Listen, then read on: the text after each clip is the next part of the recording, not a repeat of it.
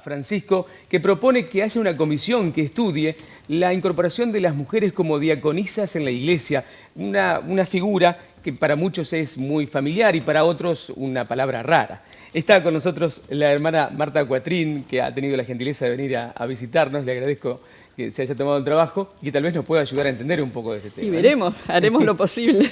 Apelamos a su capacidad pedagógica como rectora de tantos... ¿Cuántos años en el Cristo? Y yo llevo 30 años en el colegio, pero como rectora estuve 15 en la segunda etapa y 2 anteriormente. Claro, es toda una vida. Exacto. Y diga, ¿qué es una diaconisa? Una figura que no existe hasta ahora, ¿no? Sí, en la práctica sí. Eso siempre han existido en la iglesia, personas que ayudaban a los presbíteros en el servicio y en la atención de la gente.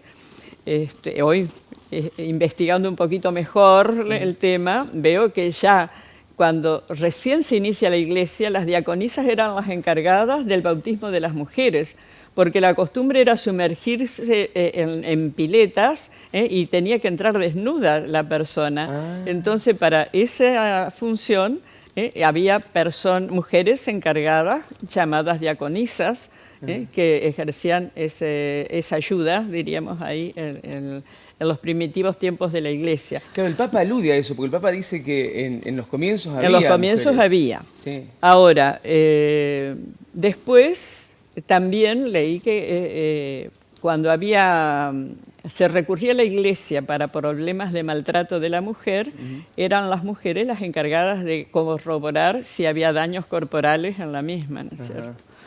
Ahora, con el tiempo se fue modificando las celebraciones y esa figura, creo, a mi entender, que desapareció. Claro. Pero siempre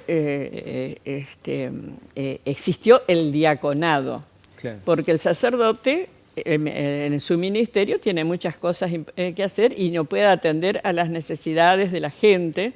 Ya existían los diáconos en los primeros tiempos de la iglesia también, que eran los que visitaban a los enfermos, llevaban las ayudas materiales a la gente. ¿Y hoy qué hace un diácono?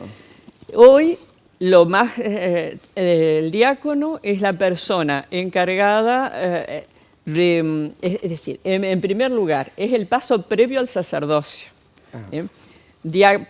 Pero también se ha instituido el diácono permanente, que son personas seglares, ¿no es cierto?, que pueden proclamar el Evangelio, porque la palabra de Dios ya hace mucho tiempo que lo podemos hacer las mujeres dentro de la iglesia, ¿no es cierto? Pero proclamarlo el Evangelio y predicar también. Para eso requieren también una preparación y capacitación previa, ¿no es cierto? Claro. ¿Y qué cosas no puede hacer de las que hace un sacerdote? Consagrar, por ejemplo, la consagración de la misa la hace solamente un sacerdote ordenado. Claro. Lo mismo la confesión, el perdón de los pecados, ¿no es cierto? ¿Un bautismo? El bautismo lo puede hacer cualquier cristiano. La presencia del sacerdote es incorporarlo a la comunidad cristiana y recibirlo formalmente en la iglesia, ¿no es cierto? ¿Un casamiento? El casamiento también, porque el sacramento del matrimonio, los sacerdotes son los contrayentes. Claro. El sacerdote o el diácono tiene la función de ser testigo del compromiso matrimonial. Pedir la intercesión de Dios para los novios, los contrayentes, ¿no es cierto? Y hacer una oración, una bendición especial. Usted me dice el diácono es el paso previo al sacerdocio. Exacto. ¿Usted cree que esto puede ser el paso previo a que las mujeres puedan ser sacerdotes? Bueno, el Papa lo que convoca para estudiar el diaconato, no habla de sacerdocio. Claro. Siempre es el sacerdocio de la mujer es un problema viejo, ¿no es cierto? Que hay quienes lo reclaman, ¿no es cierto? La posibilidad de llegar al sacerdocio. Pero yo puedo decir que en mi experiencia he tenido oportunidades de leer la palabra de Dios, de predicar, de dar la comunión, de hacer muchas, porque en nuestra patria hay muchos lugares en donde el sacerdote no puede llegar todos los domingos, y la gente que quiere alimentarse con la palabra de Dios, quiere recibir la comunión, tiene la oportunidad de hacerlo a través de los ministros de la comunión. Y bueno, las personas consagradas muchas veces somos requeridas por el párroco para colaborar. A mí me tocó, al sur de Entre Ríos, por ejemplo, que el párroco tenía 5 capillas en el campo. Cuando llovía pasaban meses que no podía llegar. Entonces yo iba a 2 lugares a hacer las celebraciones de la palabra y podíamos llevar las hostias consagradas y distribuir la comunión, ¿cierto? O sea que en la práctica cumplió de alguna manera esa casi Y hoy sacerdotal.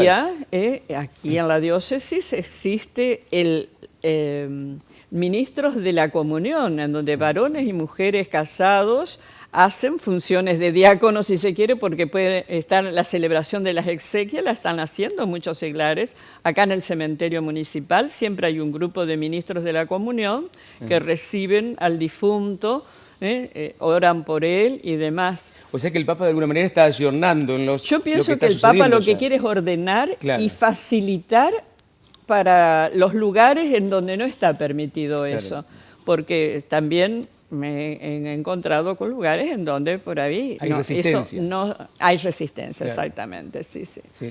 Pero entonces la función del diácono es proclamar la palabra de Dios, predicar. Por ejemplo, yo he estado en una iglesia en Europa, en la Casa Madre, y venía un diácono a leer la predicación no la hacía el celebrante, no la hacía el sacerdote, sino un diácono. Y acá en la diócesis de Paraná ya sé que se están preparando y hay uno ya ordenado diácono permanente, ¿no es cierto?, que está ejerciendo ese diaconado. Ahora, en la carrera sacerdotal, el diaconado es el paso previo. Claro. ¿No es cierto? ¿Cómo la ven ustedes a la figura del Papa? En algún momento las retó a las monjas, yo me acuerdo, dijo, no sean lloronas, no se encierren. Bueno, usted sabe que todos somos distintos, ¿no? Sí.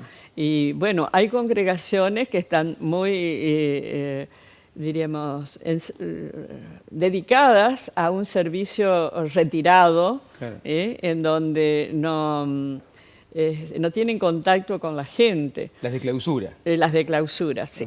Y lo que pide el Papa es esa apertura, el poder llegar a la gente que necesita un consuelo, que necesita un apoyo, una compañía, una palabra de aliento. Y eso, por ejemplo, las religiosas que están en los lugares donde no hay sacerdote hacen de todo. Claro.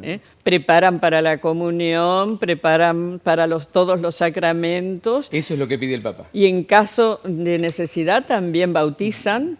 Después hay que hacer la incorporación a la iglesia. Por eso, por ejemplo, en un agua de socorro le llaman cuando se bautiza. Pero podés bautizar vos, si sos cristiano y tenés fe, podés bautizar a un niño que esté con peligro de muerte, por ejemplo. Hermana, le quiero preguntar algo, saliendo de este tema en particular, ya que apelo nuevamente a su sentido pedagógico, que lo habla tan clarito. ¿Qué diferencia hay entre las monjas y las consagradas? Le pregunto esto a raíz del caso López, vio que apareció Sí, con ese tema hay muchas disquisiciones. Ajá. El término monjas se refiere a las personas de clausura, a las que, diríamos, hacen ese voto de retirarse del mundo y dedicarse a la oración, que también han destacado los papas en la iglesia, que son las chimeneas que atraen la bendición de Dios, ¿no es cierto? Pero después existen personas consagradas en congregaciones religiosas, como yo, ¿no es cierto?, y otras personas que se consagran a Dios en el mundo y pertenecen a institutos seculares, ¿no es cierto?, que hacen compromisos de compartir determinados espacios de formación y vida, pero después cada una tiene su vida privada en casa, ¿no es cierto? Pero, ¿tiene que hacer voto de castidad, por ejemplo, o no? Sí. Ah, eso sí, eso es común a todas. Bueno, no eso es voto de común, silencio. sí. Ahora, por ejemplo, en los institutos seculares hay obediencia al obispo, en las congregaciones religiosas tenemos la autoridad de la congregación a la que rendimos obediencia y compartimos los bienes y demás para la vida en común, ¿no es Se cierto? entiende. Se entiende claramente. Hermana, yo le quiero agradecer la visita, la presencia. No, por favor. Algún día tenemos que hacer una nota para hablar más de usted y de su historia y de su presencia y del cariño que le tiene tanta gente en Paraná que la conoce, que ha pasado por ese Y bueno, lugar. Por el... la verdad que tengo la oportunidad de conocer a muchos, ¿no es cierto? Porque el colegio tiene muchos alumnos y la relación con los padres. Y durante Después- tantos años han sido alumnos y hoy son padres de alumnos, ¿no? Exactamente. Este mate es para usted, no sé si toma mate, pero para que lo tenga Ay, pero qué presente con bonito. con Bueno, loguito del muchísimas programa, ¿eh? gracias, Muchas ¿eh? gracias, hermana. Bueno. La hermana cuarta, Marta Cuatrín, nos ha acompañado para explicarnos un poco qué es una monja y qué es un diácono a partir de la decisión del Papa Francisco de crear una comisión para estudiar la incorporación de diaconisas a la Iglesia.